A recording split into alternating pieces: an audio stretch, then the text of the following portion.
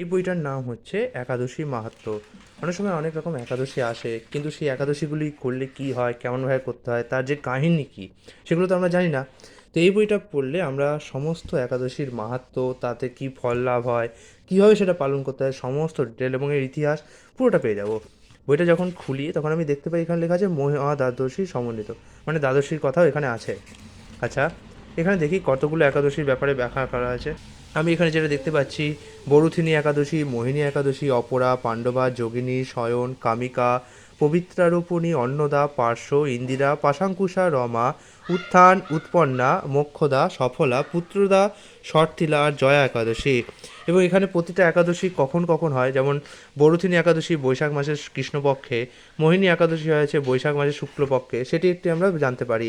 এছাড়াও এখানে বিজয়া, আমলকি, পাপমোচিনী, কামদা, পদ্মিনী, পরমা।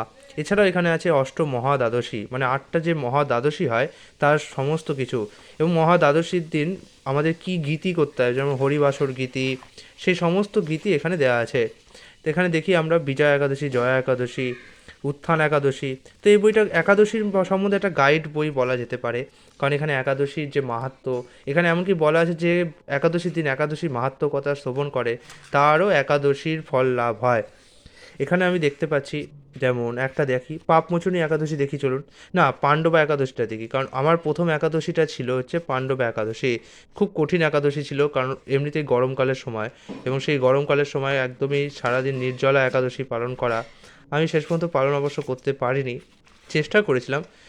তো এই পাঞ্জবান্ডিটা একাদশী যেটা ভীমকে বলেছিল, যেমন জ্যৈষ্ঠ শুক্লপক্ষের এই নির্জলা একাদশী ব্রত সম্পর্কে ব্রহ্মবৈবর্ত পুরাণে শ্রী ভীমসেন ব্যাস সংবাদে বর্ণিত হয়েছে। মহারাজ যুধিষ্ঠির বললেন, হে জনার্দন, আমি অপরা একাদশীর সমস্ত মাহাত্ম্য শ্রবণ করলাম। এখন জ্যৈষ্ঠ শুক্লপক্ষের একাদশীর নাম ও মাহাত্ম্য কৃপাপূর্বক আমার কাছে বর্ণনা করুন।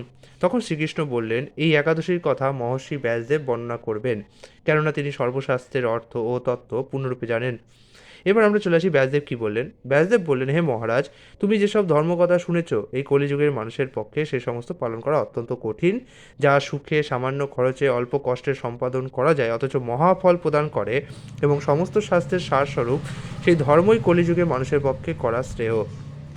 এখানে বলছে উভয় পক্ষের একাদশী দিনে ভোজন না করে উপবাস ব্রত করবে।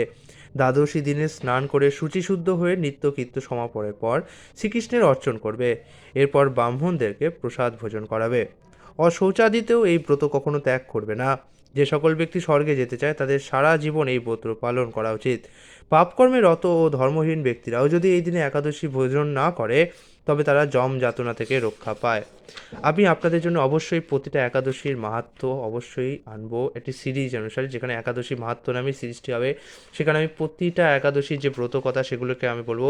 অবশ্যই তার জন্য কী করতে হবে, আপনাকে চ্যানেলটিকে সাবস্ক্রাইব করতে হবে। যদি আপনারা চ্যানেলটিকে কোনো দিন দেখেন, ভিজিট করেন, প্রথমেই আপনারা পাবেন এই চ্যানেলে কেন আসবেন সেটার একটা ভিডিও। সেটি দেখলে আপনারা বুঝতে পারবেন যে কেন এই চ্যানেলটি তৈরি করা হয়েছে।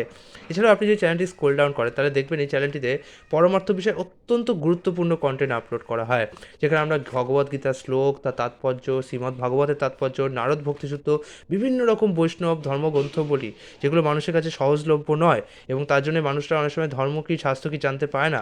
তাদের জন্য আমরা এই চ্যানেলটা বানিয়েছি, যাতে আমরা স্বাস্থ্য গ্রন্থগুলিকে পাঠ করে মানুষের কাছে সেগুলোকে সুলভও করে দিতে পারি।